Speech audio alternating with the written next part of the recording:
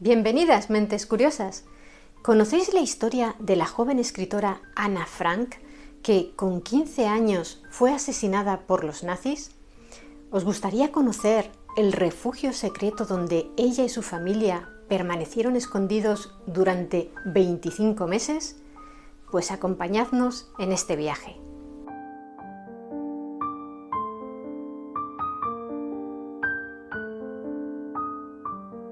Más allá de su valor literario, el diario de Anna Frank es uno de los documentos más simbólicos del holocausto que sufrieron los judíos a manos de los nazis, porque contar historias personales nos sirve para dar dimensión a lo que sufrieron millones de personas. Haré que se escuche mi voz, saldré al mundo y trabajaré para la humanidad, escribió Anna Frank en su diario el 11 de abril de 1944, y es evidente que su voz nos ha llegado. Desde la publicación del diario en 1947 se han vendido más de 35 millones de ejemplares. En este vídeo os mostraremos además imágenes de las habitaciones secretas de la casa de Anna Frank en Ámsterdam, que hoy es un museo. Yo lo visité hace unos años y la verdad es que en el lugar se capta una energía muy especial. Estamos muy agradecidos al museo por dejarnos disponer de estas imágenes, ya que en las visitas no se pueden hacer ni fotos ni vídeos. Pero antes de nada, repasemos la biografía de nuestra protagonista de hoy. Annelies Marie Frank nació el 12 de junio de 1929 en Frankfurt, en el seno de una familia judía liberal. Sus padres eran Otto Frank y Edith Hollanda, y tenía una hermana, Margot, 3 años mayor que ella. Cuando en 1933 Adolf Hitler y el Partido Nacional Socialista Obrero Alemán se hicieron con el poder, los padres de Anna entendieron que no había futuro para ellos en Alemania.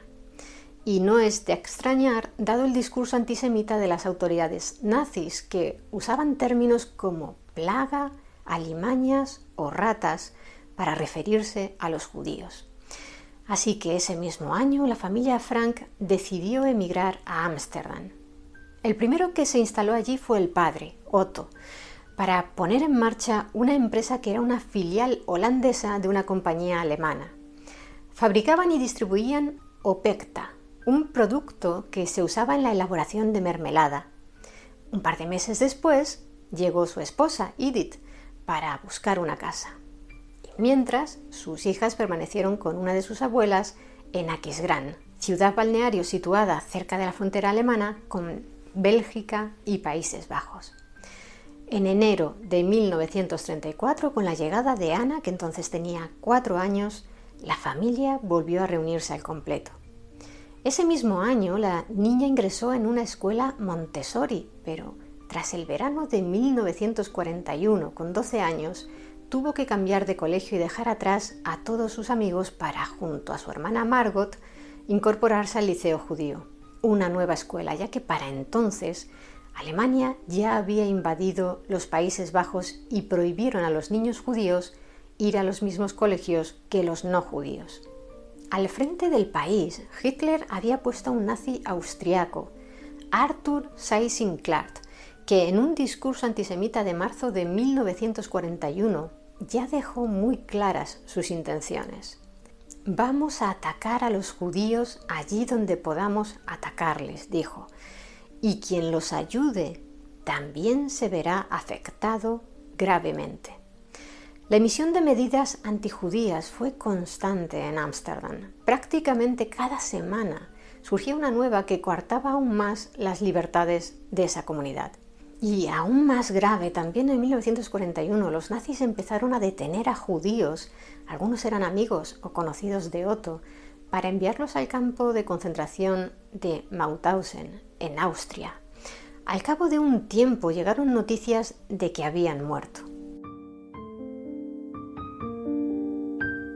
Como la situación había ido empeorando cada vez más para los judíos en Países Bajos, Otto Frank, en previsión de tiempos aún peores y dado que le había resultado imposible conseguir los documentos necesarios para emigrar a Estados Unidos con su familia, había estado preparando un escondite. Lo había hecho junto a sus amigos y empleados neerlandeses Victor Kugler y Johannes Kleiman, y también con su amigo alemán Hermann van Pels, empleado judío de Otto en su segunda compañía, Pectacon, especializada en hierbas y especias. La familia de Van Pels tenía planeado esconderse en el mismo refugio. El último cumpleaños que Ana Frank pasó en su hogar de Ámsterdam fue el de 1942, cuando cumplió 13 años. Y fue ese día cuando recibió, entre otros regalos, un diario que ella misma había elegido tras verlo en el escaparate de una librería de Ámsterdam. La portada estaba adornada con cuadros rojos y blancos, y en él escribió: «Espero poder confiártelo todo como nunca lo he hecho con nadie y espero que me seas de gran ayuda». Ella lo consideraba uno de los mejores regalos que le habían hecho. Empezó a escribir en él 2 días después de su cumpleaños. Fue el 5 de julio de 1942 cuando todo se precipitó para su familia. Margot recibió una citación de las SS para incorporarse a un campo de trabajo en Alemania. No podía negarse a ir o sería arrestada. Así que a la mañana siguiente, 10 días antes de lo planeado, a través de una nota, los Frank informaron a su inquilino, un tal Goldschmidt, al que tenían alquilada una habitación, de que se marchaban y abandonaron el que había sido su hogar. Sin maletas, ya que eso podía llamar la atención de la policía, de manera que iban cubiertos con varias capas de ropa. A pie, con una estrella de David en el pecho que les impedía coger ningún tipo de transporte, se dirigieron al edificio en el que Otto tenía las oficinas de sus 2 compañías, en la calle Prinsengracht 263, situada frente a uno de los canales principales de Ámsterdam.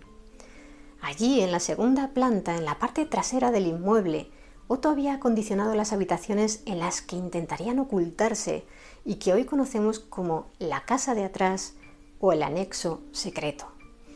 Y durante 2 años lo consiguieron, gracias a la ayuda de estas 6 personas que se jugaron la vida con tal de impedir que fueran encontrados por los nazis. Jan Gys, el único que no trabajaba para Otto.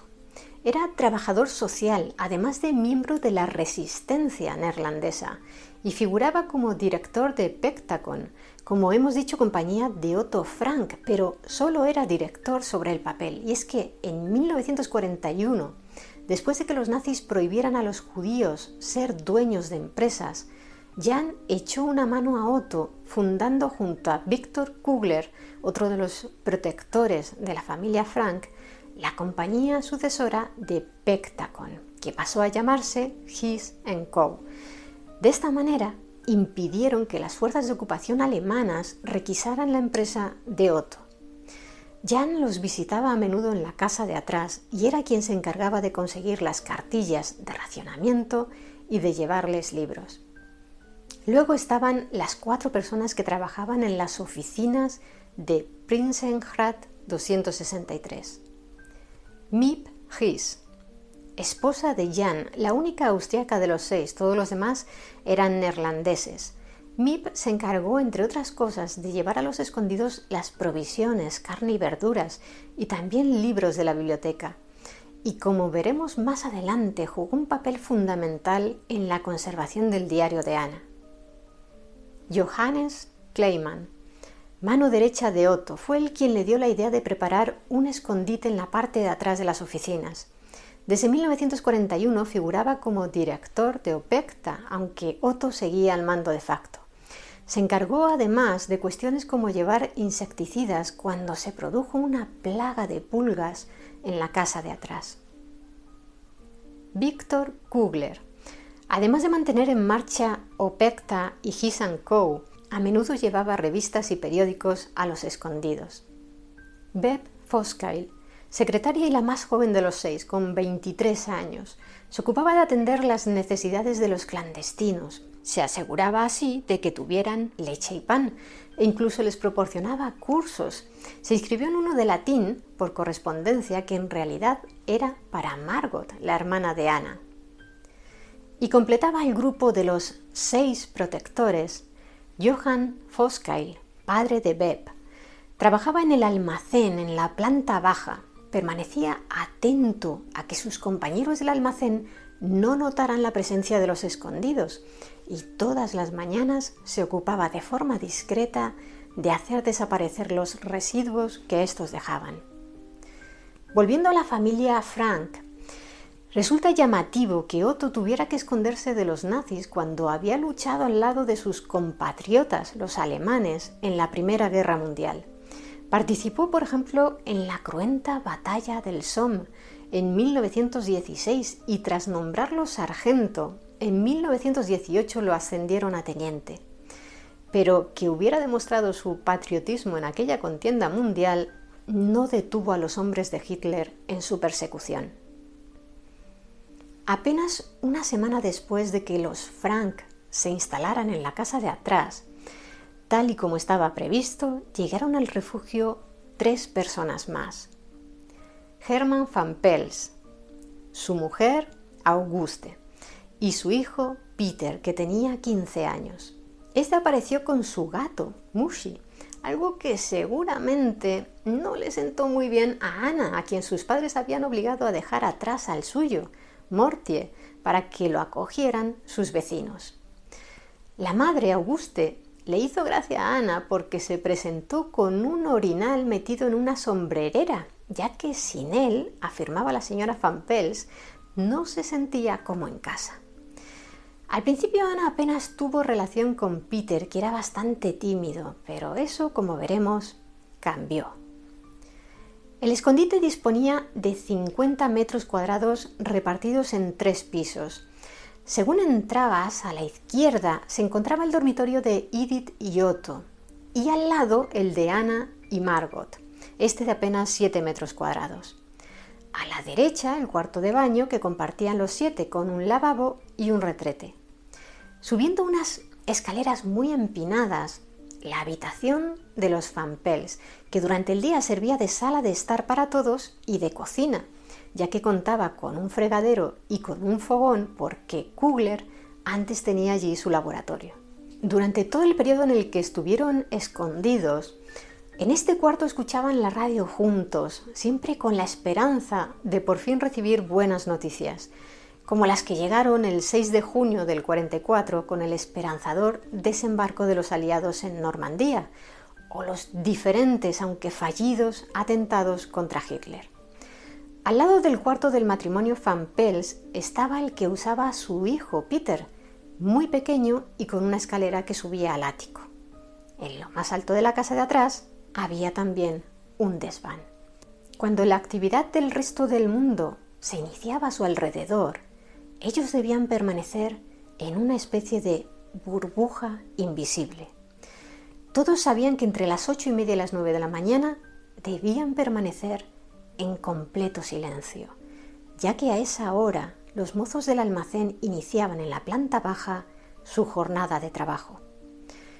Los Frank y los Van Pels no podían ni usar el baño a las horas peligrosas, ya que el desagüe pasaba por el almacén, ni siquiera caminar para no hacer ruido, así que solían aprovechar esos momentos para leer. Y a partir de las 9, que era la hora a la que sus 4 protectores se incorporaban a sus puestos en la oficina, por fin podían hacer vida algo más tranquilos, pero siempre guardando más o menos silencio. Aprovechaban el momento en que los mozos del almacén salían fuera a comer para comer ellos también en su escondite. Y a partir de las 6 menos cuarto de la tarde, cuando todos los empleados se iban, ellos podían salir del escondite y moverse por el edificio. De hecho, Otto y Hermann seguían trabajando para Opekta y His & Co. Lo hacían por las noches y durante los fines de semana.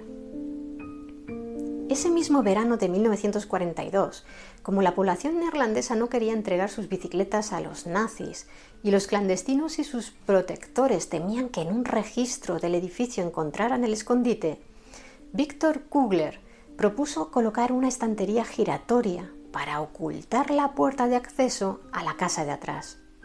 Se encargó de fabricarla Johann Voskuil, que eran muy manitas. Mientras tanto, Anna, junto a Margot y Peter, continuaba como podía con sus estudios de taquigrafía, francés, alemán, matemáticas, historia. Por cierto, la historia era su materia favorita. Aunque aquella situación de encierro era muy complicada para la joven, ella intentaba buscar formas de escape y escribir la ayudaba mucho. Me parece que lo mejor de todo, explicó en su diario el 16 de marzo de 1944, es que lo que pienso y siento al menos lo puedo escribir. De lo contrario, me asfixiaría completamente. Entre sus pasatiempos, además de leer, estaba recortar fotos de revistas que le llevaban sus protectores para decorar con ellas las paredes de su habitación. De hecho, Anna ya coleccionaba tarjetas postales y fotos de estrellas de cine antes de tener que esconderse. La joven quería llegar a ser periodista y más tarde convertirse en una escritora famosa. En noviembre de ese 1942 se unió a los 7 escondidos en el refugio un conocido de los Frank y amigo del matrimonio Gies, el dentista Fritz Pfeffer. Su historia es muy curiosa. Estaba divorciado y comprometido con una católica llamada Charlotta Caleta. No habían podido casarse debido a las leyes raciales alemanas. Tras la famosa y triste noche de los cristales rotos, decidió huir con su novia a los Países Bajos, pero tampoco allí les permitían contraer matrimonio porque regía la ley germana debido a un antiguo tratado. Deseaba marcharse de Países Bajos con Charlotta, al parecer a Chile, donde quería trabajar como criador de caballos. Por eso estudiaba español, pero por desgracia su pasaporte había expirado. Su pareja no necesitó esconderse porque al no ser judía no estaba en peligro. Y además no sabía que Fritz seguía en Ámsterdam porque él prefirió no decírselo. Tras la llegada del dentista, Margot se pasó al cuarto de sus padres y a Anna le tocó compartir piso con aquel hombre de la misma edad que su padre. Por supuesto, se produjeron fricciones entre los dos porque Anna, además de inteligente, era una joven con carácter que luchaba por lo que ella consideraba justo. Por ejemplo, por el reparto de horas del único escritorio que había en su habitación. De hecho, a menudo se producían discusiones en la casa y no solo de Anna con los demás. Todos se empeñaban en reprenderla, no solo su madre, con quien mantenía una relación difícil, sino que estaban a la orden del día las peleas entre el matrimonio Van Pels, como cuando Hermann obligó a su mujer a que le entregara el abrigo de piel para que los protectores lo vendieran y poder financiar los gastos de la familia en el escondite. Pero todos terminaban siempre reconciliados. A medida que fue pasando el tiempo, peor empezaron a ser las condiciones de los 8 recluidos. Por ejemplo, en el caso de la comida, según se alargaba la guerra, cada vez era más difícil para los protectores conseguirles alimentos. Además, estaba el temor a que los bombardeos de los aliados pudieran caer sobre ellos, ya que no podían salir de su escondite para acudir a un refugio antiaéreo. De hecho, en una ocasión, en julio de 1943, los proyectiles se quedaron a solo unos kilómetros de la zona donde ellos estaban y como consecuencia murieron más de 200 civiles. Por no hablar del temor a que sus protectores fueran detenidos o enfermaran, porque hubo momentos en que la salud de varios de ellos se resintió al mismo tiempo. Así perdieron al señor Voskuil en el verano de 1943, ya que tuvo que dejar el trabajo por un cáncer de estómago muy avanzado. Eso sí, aún los visitó en el anexo secreto en alguna ocasión más. Falleció en 1945 con 53 años. Y también estaban los robos que se produjeron en el edificio y que ponían en peligro la seguridad de los escondidos. El más grave tuvo lugar una noche, en abril de 1944. Los delincuentes habían entrado en el almacén. Los 4 hombres del anexo secreto bajaron y Herman Van Pels hizo huir a los ladrones gritando ¡Policía! Pero al poco tiempo, alguien de la calle que pasaba por allí alumbró el almacén con una linterna muy potente a través del hueco abierto en la puerta por los ladrones. Los 8 escondidos se refugiaron al otro lado de la estantería giratoria, a la espera de lo peor, porque pensaban que alguien había llamado a la policía y que iban a inspeccionar el lugar. Creían que la Gestapo estaba al caer y les llegó un ruido delante de la puerta del escondite. La tensión fue devastadora hasta que oyeron cómo se alejaban los pasos. Pasaron casi toda la noche en vela a la espera de que la policía regresara. Por suerte, eso no sucedió. En muchas ocasiones, Ana se sentía sola e incomprendida por quienes la rodeaban, algo que plasmaba en su diario. Además, era muy consciente de lo que se estaba perdiendo de la vida, esas cosas que hoy nos parecen cotidianas y muchas veces no somos capaces de valorar. En la habitación que era de Ana encontramos hoy una frase de su diario con fecha del 24 de diciembre de 1943, cuando ya llevaba encerrada 1 año y medio. Me gustaría, decía, montar en bicicleta, bailar, silbar, contemplar el mundo, sentirme joven y libre. Sin embargo, no puedo dejar que se me note, porque imagínate que todos empezáramos a lamentarnos o pusiéramos caras largas. ¿A dónde iríamos a parar? Pese a todo, Ana era plenamente consciente, como reconoce también en sus escritos, de que las 8 personas encerradas en esos 50 metros cuadrados vivían como en un paraíso en comparación con los judíos que no estaban escondidos, es decir, aquellos que se encontraban presos en campos de concentración. Y pese a la vida de reclusión, llegó a saber lo que es enamorarse. Peter y ella cada vez más a menudo habían ido hablando de sus cosas, compartiendo lo que sentían en aquella situación, lo que opinaban del resto de sus compañeros de encierro. Sobre todo hablaban en el ático y allí fue donde se dieron su primer beso en abril de 1944.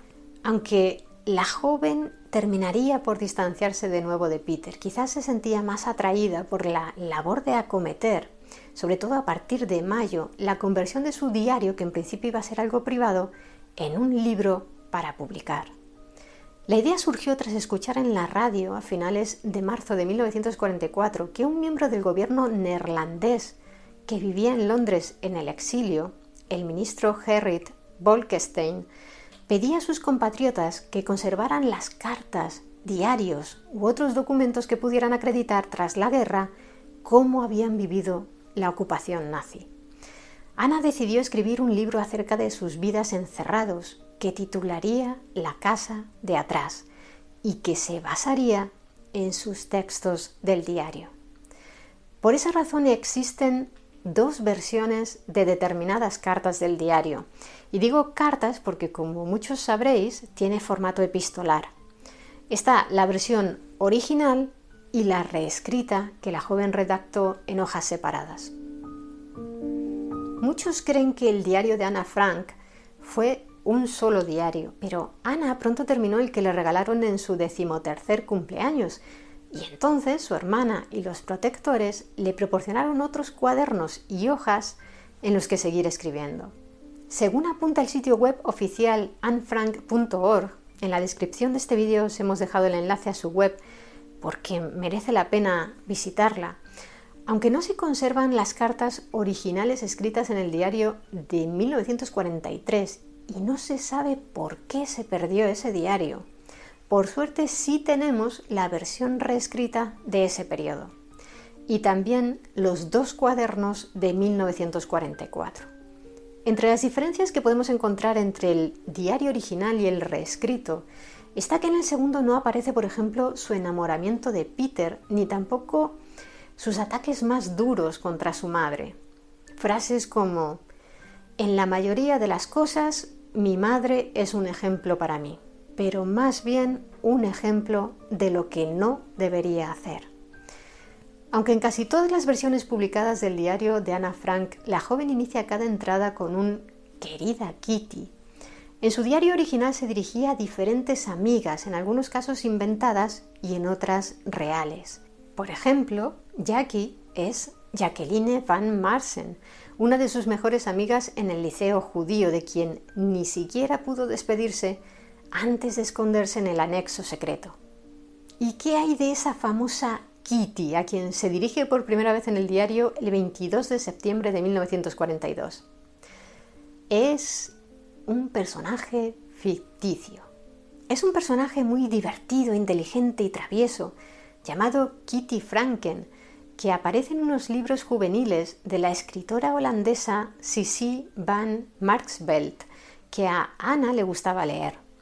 Una parte de estas novelas están escritas en formato epistolar, lo que hace pensar que quizás Ana se inspiró en ellas a la hora de escribir su diario en forma de cartas. Ana no solo escribió el diario, también 34 cuentos cortos que tratan sobre su etapa en la escuela, sobre los sucesos en la casa de atrás y también cuentos de fantasía imaginados por ella. E incluso inició una novela titulada La vida de Keddy, pero solo escribió algunos capítulos. Como la joven escritora decía, ella era su principal crítica. Era muy exigente consigo misma. La última carta que plasmó en su diario tiene fecha del 1 de agosto de 1944, justo 3 días antes de que los nazis descubrieran el escondite de su familia. El 4 de agosto de 1944, cuando llevaban ya 760 días ocultos, agentes holandeses comandados por el suboficial nazi Carl Joseph Silberbauer llegaron al refugio en el que se escondían las 8 personas, incluida Ana, y se los llevaron a todos detenidos. Pero ¿quién los delató? Aún hoy, después de 8 décadas, no sabemos quién fue, ya que no hay documentos sobre el registro durante el que fueron detenidos. Ni siquiera Otto Frank, que falleció en 1980 con 91 años, se aventuró a dar nombres. Cada cierto tiempo surgen nuevas teorías. Una de las más recientes es fruto de una investigación de 6 años llevada a cabo por un agente jubilado del FBI, Vince Pencook, cuyas conclusiones recogió la escritora canadiense Rosemary Sullivan en el libro ¿Quién traicionó a Ana Frank? Este vio la luz en enero de 2022. En dicha obra se señala a un notario judío, Arnold van den Berg, y se dice que al formar parte del Consejo Judío tenía acceso a listas de los escondidos y que pasó la información a la Gestapo para salvar a su propia familia. Pero los historiadores holandeses especializados en el tema no dan por buena esta teoría. Y es que ni siquiera podemos saber con certeza si alguien los denunció o los encontraron por casualidad los agentes de la policía nazi mientras investigaban el mercado negro de las cartillas de racionamiento. Los agentes no solo se llevaron detenidos a los 8 escondidos, también a 2 de sus protectores, Johannes Kleiman y Victor Kugler. Por suerte, los 2 sobrevivieron. A Kleiman lo liberaron pronto gracias a la presión de la Cruz Roja por su mal estado de salud. Desde hacía un tiempo sufría graves problemas estomacales, sin duda influidos por la tensión vivida durante los 2 últimos años. Y Kugler logró escapar medio año después de ser apresado. Lo hizo en medio del caos provocado por un ataque aliado, mientras los nazis lo trasladaban junto a un grupo de 600 prisioneros. Por cierto, todos los protectores de la casa de atrás terminaron recibiendo, a petición de Otto Frank, el alto galardón israelí Justo entre las Naciones. En cuanto a las 8 personas judías, primero las llevaron al campo de tránsito de Westerbork, en Países Bajos, y el 3 de septiembre de 1944 las trasladaron en tren a Auschwitz-Birkenau, en la Polonia ocupada. Fue el último tren que hizo ese recorrido. Birkenau disponía de 4 enormes cámaras de gas en las que asesinaban a los prisioneros con ciclón B. A su llegada, hombres y mujeres fueron separados.